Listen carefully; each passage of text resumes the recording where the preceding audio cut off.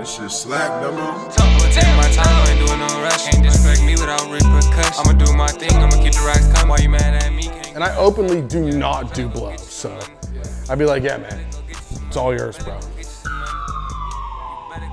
Fucking fire truck, all right. But like making sure he doesn't OD, but just keeping him going. And I'll like fake smoke the crack and like, you know, like. Big rig is all about consent. I'm saying it to both camps. All about consent, bro. Keep this all in. We ain't cutting shit. It's like a Joe Rogan podcast, baby. So we're coming to you live right now from Illegal Apparel Co., East Carson Street. This is where I recorded the majority of my music. You know, it's a great spot, man. Great people here. Love Frank. Frank owns the spot. Shout out Frank. Shout out Declan. Shout out Tucci. Shout out Jeter. Shout out Dummo. Stoney and Slick LaFleur. Yeah, man. It's going up. I mean, I was born into a musical family, so my dad played drums since he was like a kid, and you know, was in a band forever, and I don't know, it's just like in my blood. Like my grandpa played the drums. My brother's in a band. My other brother like raps and plays the drums, so it's just in my blood. Yeah. What got me into rap music though, I was like 12, and like I think someone bought me like Nelly CD for like my birthday or Christmas or something, and I was like, yo, country grammar is hard. So I want to just like explore more into this genre. So like my dad works with Wiz Khalifa's uncle, and like he told him that like I was like getting into rap music or whatever, and so he burns these CDs for my dad, and it's like all like explicit music, whatever, and like my dad told me about it. I'm like, yeah, I'm gonna give them to you when you're older, just know I have them. So I went and like stole them like 3 times, and like I don't know, like that's just like where I fell in love with rap music. Like it was like Dipset, Snoop Dogg, like I just wanted to be Joel Santana so bad. So then I was like, well, let's try making some of it. And I got like a stack of notebooks like this big at my dad's house, just lyrics on lyrics on lyrics from like age 13 to like 19 maybe. And yeah, then I got my first mic when I was 20 and started recording myself and made like 600 songs in my parents' basement. Like, yeah, now I'm here. Right now? I love Drake. Drake's always gonna be my top guy, I think. Travis, I love Travis.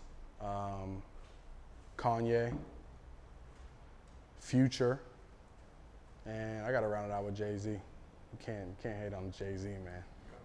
It's the GOAT. And Lil Wayne too. I'll throw a 6 in Lil Wayne. So who's your most influential artist?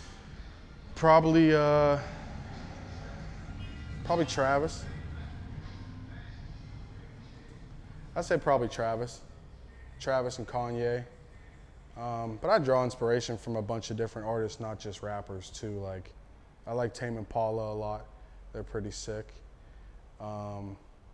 And like a lot of old music too. Like, I actually just got my dad's band's demo tape from like '89 the other day. So I've been trying to draw some inspo from that.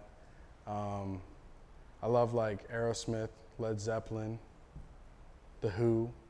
If that's, you know, your typical inspiration. Just like trying to step out of the box, and like I feel like a lot of days a lot of people try to sound like someone or a specific group of people or whoever, but for me it's like, let's take all these things that I like and try to put them all together into one cohesive item and then just give it out to everybody. So I kind of pick and choose like my favorite things about certain people and kind of mesh it all together with my own kind of spin on it, and that's me, that's Big Rig. I feel like Pittsburgh just got a chip on its shoulder, just all around, from sports to music to, you know, life in general. Like, we're always counted out, and it's just like you got to work a little bit harder just to get what you want. And for most people that would turn them away, but for me it's like, nah, it makes me want to get it twice as much, you know, because it's like, nah, I got something to prove. Like, I'm from a city where you gotta show and prove, like you gotta be good.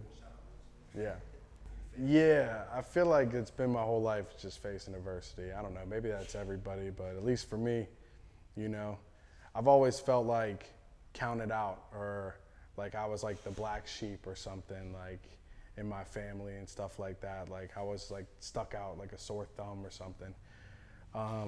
So that always put a chip on my shoulder. Just, I want to prove these people wrong that talk shit on me and don't think I'm ever going to be shit or whatever. Last 4 years of my life have been like a huge depressing roller coaster of just lows and less lows and then lower lows. But honestly, the craziest has been like the last 9 months. You know, like December, actually it started in November. I actually came here to do my first session with Dummo. And I was with my boy Jiggy, shout out Jiggy, Voice Memo Gang. And we made like 3 songs over some YouTube beats, and I was just kind of feeling them, whatever. And then I was like, man, I think I'm just done with music, like as a whole. Like I was ready to be out, cause like I felt like I missed my window and missed opportunity and stuff like that. And then December I got in this like real nasty car wreck that if I didn't put my seatbelt on a minute before, probably wouldn't be sitting here doing this interview right now. And once that happened and I recovered from that, you know, I just kind of was like, fuck it, let's start taking music serious for the first time ever. And it has paid off tenfold so far, so it's been crazy. It's been super crazy since December, man. Yeah, then that's really it. I just want to do something that would impact people's lives, where I could help people, or like kind of make people's burden a little bit easier. Like, I forget who said it. It might have been Travis, I don't know, but I treat my music as like a 2 or 3 minute like escape, where like you could turn it on like when you're at work or at the gym or just chilling at the house, and like it's like you can just get away from everything in the world for like as long as the song lasts. And that's just like, you know, gives people a little oasis, a little from like the daily bullshit that life brings, you know. I think I'm faded, yeah. I've been up for days, I don't know if I'm gonna make it, yeah. I've been up for 7 days, I might drink another tray, double up and pop. So, funny story, so I originally wanted to change my name to like Toddy Paradise or some variation of that, because that was my name on like all social media. And I was here the one day recording, and my homie Mink Sinatra, shout out Mink, and my boy Tom, shout out Tom, they were upstairs in the studio just chilling, and I had left, and apparently the story goes that they were like, nah, he needs a better name. And one of them was like, yeah, what about Big Rig?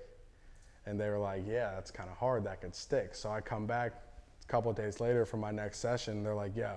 Mink comes up to me and is like, yeah, Big Rig's your new name, and there's nothing that you can say about it. That's just, it is what the fuck it is. And at first, like, I fucking hated it. I was like, this is never gonna stick. Like, this is so dumb. I don't want people to know that, like, that this is what I'm about. Like, I wanna leave this in my past. And I'm telling Mink and Tom this, and they're like, oh, we had no idea you drove trucks. Like, we just thought it was a hard name. I was like, you're full of shit. They're like, no, dead ass, like, we had no idea. But I've since come to love the name and embrace it, and now I'm rolling with it, so.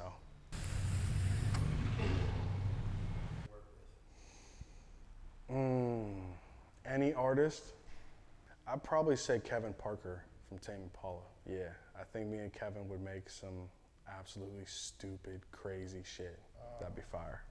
Pittsburgh artists, I would love to work with Fed, with Stixo. Out of anyone though, Mo the Natural. Mo is the top guy on my Pittsburgh Dream Collab list. He is so fucking talented. It's unbelievable. Yeah, so Mo, hit me, let's get it. And Raindrop Relly too. Raindrop's hard. Hopefully at like some big ranch in like Utah or some shit. I've already made a whole bunch of money, you know, platinum a couple times. Just, you know, living my best life with somebody's daughter and like 2 dogs and no fucking kids. Yeah, that's where I see myself in 5 years. Double up and pull again. She the type to run away. In and out out of consciousness, I think I'm faded, yeah. I've been up for days, I don't know if I'm gon' make it, yeah. I've been up for 7 days, I might drink another tray, double up and pour again. She the type to run away, yeah, she the type to leave and leave it all behind. I just love it when she go, but I can't